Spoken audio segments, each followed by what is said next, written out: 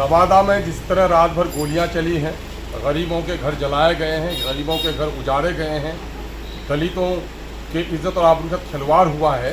ये दरअसल बिहार के नीतीश कुमार के कुशासन की सबसे बड़ी नज़ीर है। लॉ एंड ऑर्डर चुस्त और दुरुस्त रखने का दावा करने वाले वज़ीर आला को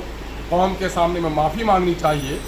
कि उनके राज्य में दलितों की इज्जत आबरू, उनका घर मकान जान सलामत नहीं है और जो कुछ वहाँ है उससे राज्य का सर शर्म से झुक गया है। और यही वजह है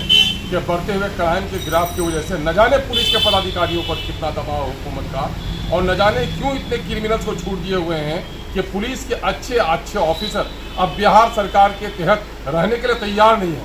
है ना। लांडे जी एक अच्छे पुलिस ऑफिसर थे, उनके लॉ एंड ऑर्डर का क्या कहना, लेकिन उन्होंने भी उकसाकर आज बिहार सरकार की मुलाजमत छोड़ दी और आईपीएस की नौकरी छोड़कर बिहार के इस कुशासन के खिलाफ लड़ाई लड़ने का इरादा किया है। इससे बढ़कर क्या सबूत हो सकता है। बिहार में दलितों का और ख़ास करके अक़लियतों के जान और माल के बारे में बड़ा सवाल खड़ा हो गया है। अभी समस्तीपुर से खबर आई है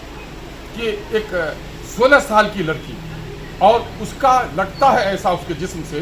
कि उसके जिस्म को काटा गया है, नोचा गया है, उसके साथ लगता है कि बलात्कार हुआ है। लेकिन पुलिस आखिर क्यों मैनेज है कि जल्दबाजी में आज के दिन में जो साइंस वाला है, फॉरेंसिक डिपार्टमेंट के लोगों को आना चाहिए था, फॉरेंसिक के लोगों को, और उसके बाद देखना चाहिए था कि इनके हाथ के निशान हैं कैसे है। जल्दी में उसका पोस्टमार्टम कराया जा रहा है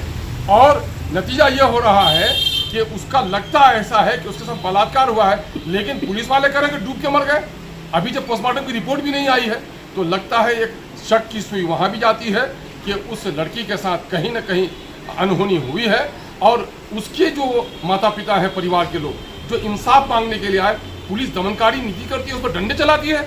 क्या इस मुल्क में इज्जत और आबरू के साथ जीना और इज्जत और आबरू की लड़ाई लड़ना भी पाप हो गया है? यकीनन है कि नीतीश कुमार जी के राज में ये सारे नंगे नाच हो रहे हैं। जनता को इसके खिलाफ उठना चाहिए। MIM सरकार की निंदा करती है, इन तमाम दोनों मामले में उचित कार्रवाई करने की मुतालबा करती है, और जिन पुलिस अहलकारों की लापरवाही के नतीजे में, साजिश के नतीजे में ये सारे घृणित मामला हो रहे हैं, उसको नौकरी से मुअत्तल करने का ये मुतालबा करता है।